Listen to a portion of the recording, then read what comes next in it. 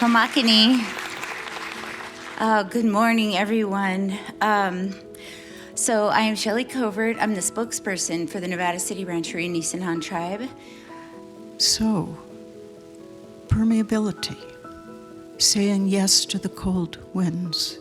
When I finally understood the poem, my relationship to the difficult was permanently altered. So here it is again.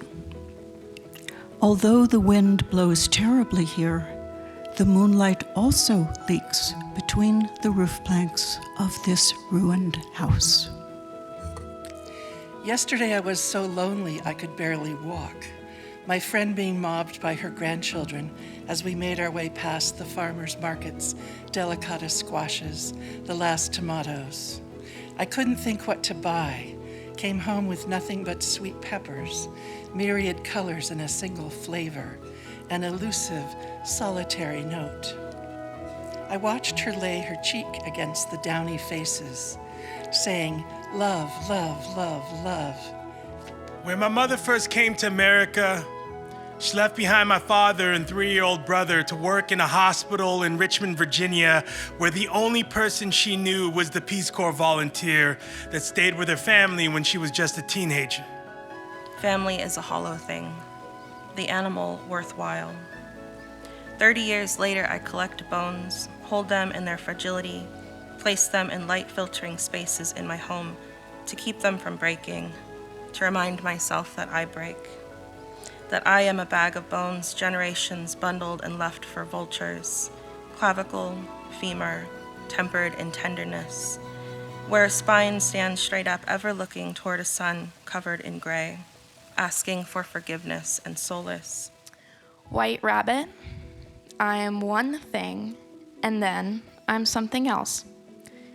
Catch me in the grass in the summertime, and crouch on your knees, and whisper like baby's breath, and open your big pink palms, and I'll come because that's what I do.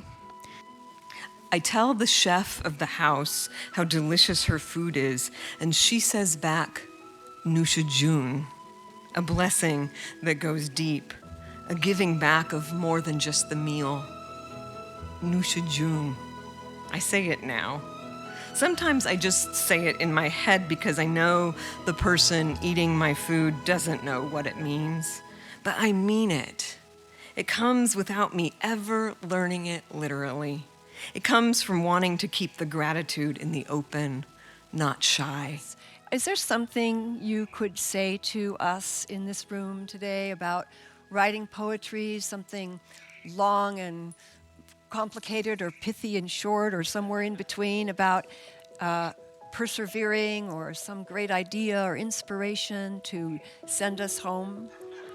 I think I'd say if you have a really good idea, even just a word or two in the middle of the night, and you don't want to get up and write it down, do it.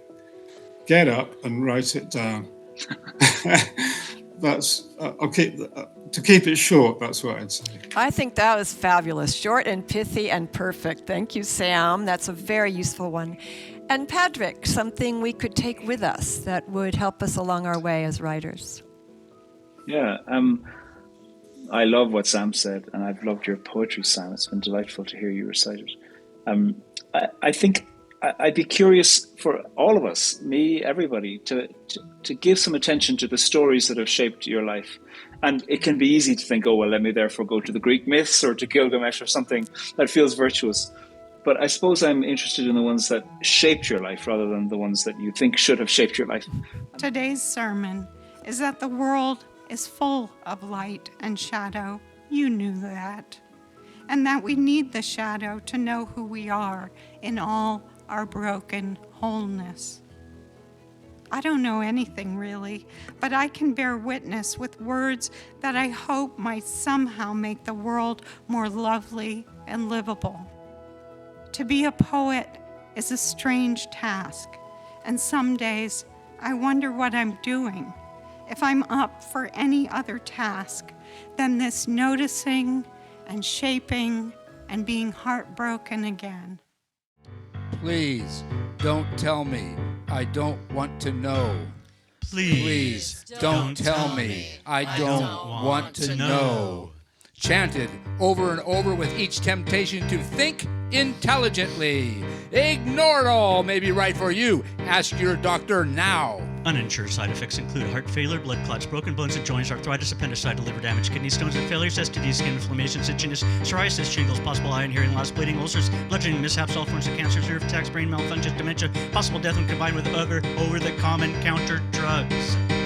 Murder bills, existential dread, too much going on in your head. Ignore it all.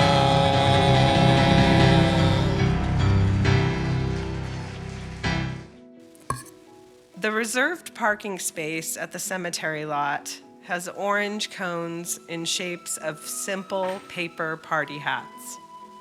The mourners can't be bothered with looking for a convenient spot.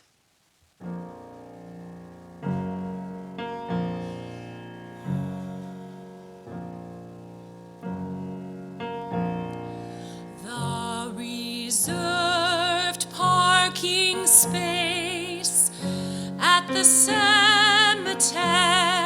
lot has orange cones in shapes of simple paper party hats. The mourners can't be bothered with looking for a convenient spot. No one wants to parallel park while sobbing.